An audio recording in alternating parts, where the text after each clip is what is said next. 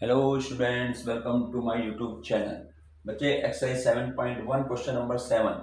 A B is a line segment. ये रही A B एक लाइन सेगमेंट है and P is the mid point. Mid point आ गया। मिड पॉइंट आते ही दिमाग में आ जाना चाहिए कि ये ए पी और पी बी दो हमारे पार्ट इक्वल हो गए।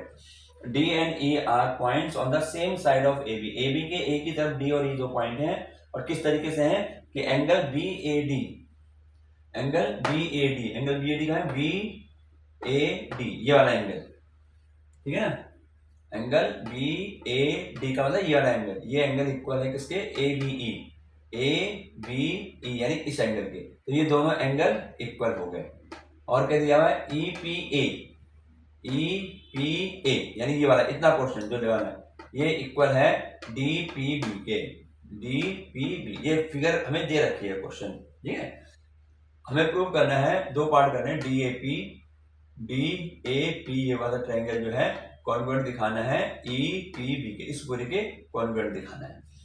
अब एक बात बताओ, मैं इसको कॉन्ग्रुएंट तो दिखा देंगे क्योंकि हमें जो है, मैं देखो इन दोनों ट्रायंगलों में जब हम बात करेंगे इसकी, जो हमें प्रूव करना है डी ए पी में और ई पी बी में, ये हमें जो है सबसे पहले जो हमें एंगल दिए हुए इक्वल वो देखेंगे। देखो अगर मैं इसकी बात करता हूं, ये डी ए पी की अगर बात करूं, ध्यान से देखना इसमें एंगल कितने हैं। ट्रायंगल में तीन एंगल होते हैं, एक तो ये हो गया, एक ये हो गया, एक एंगल कौन सा कहोगे, डी ए पी में जब मैं एंगल तीसरा एंगल पूछूंगा तो तुम ये नहीं बताओगे, ये तो आधा पार्ट है, एंगल यहां से यहां तक होगा, है ना। ये पूरा एंगल जो है यानी एक तो एंगल ए होगा, एक एंगल डी होगा, ए हो गया, डी हो गया, और ये पूरा होगा यहां से लेकर पूरा यहां तक, यहां से यहां तक, ये तीसरा एंगल है, ठीक है। ये हमें नहीं दिया हुआ है, हमें तो सिर्फ आधा पोर्शन दिया हुआ है। ऐसे ही जब हम बात करते हैं E B P, E B इसकी बात करूंगा तो एक एंगल ये हो गया, एक एंगल ये हो गया, और एक ये पूरा एंगल यहां से यहां तक होगा, तो हमें आधा दिया हुआ, तो यानी इसका आधा पोर्शन जो है हमें दोनों तरफ ऐड करना पड़ेगा। ये ध्यान रखना है, जब भी मुझे ये एंगल पूरा मिलेगा, जब भी हम इसको जो है इस पूरे ट्रायंगल में ये पी एंगल जो है पूरा जब भी मिलेगा जब मैं इसमें ऐड करूंगा, तो यही काम हमें पहले करना है।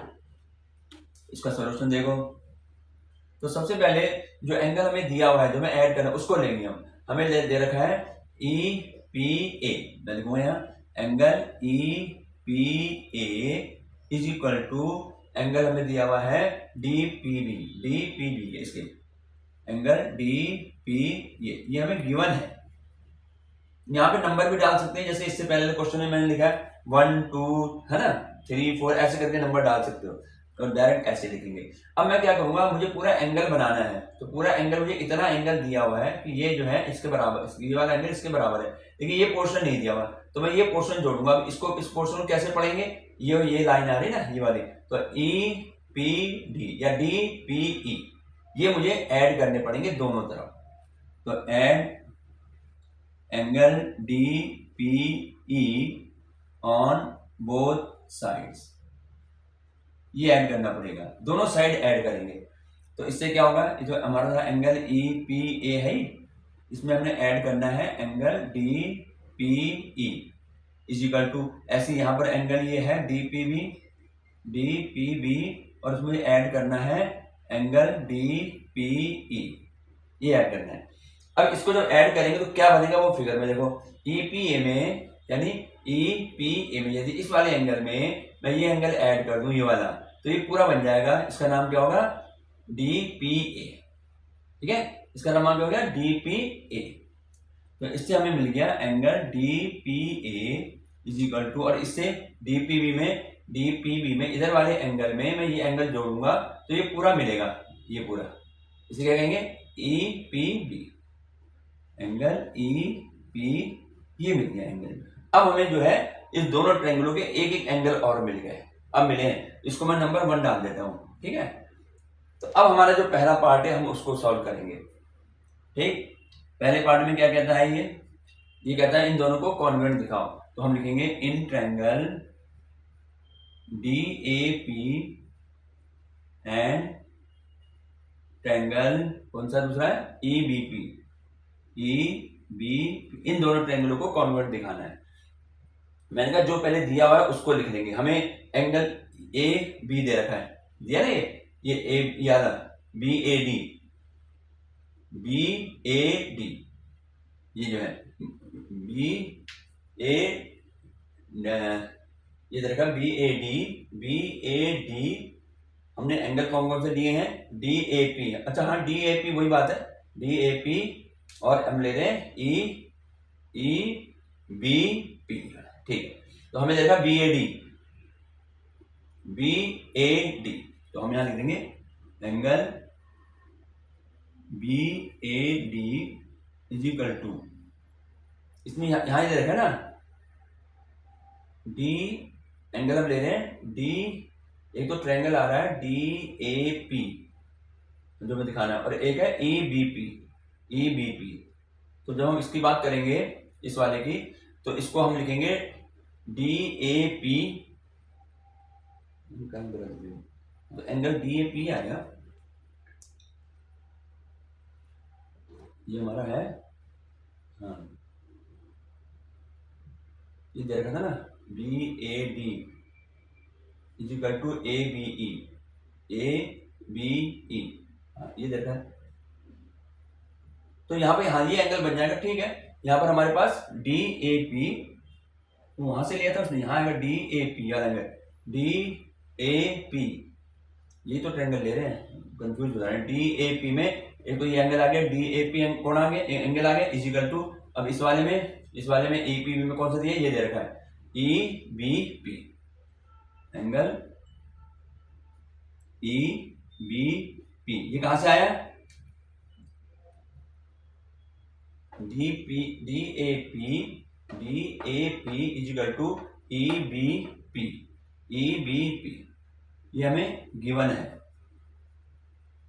दे रखा है ना ये B A D, B A D,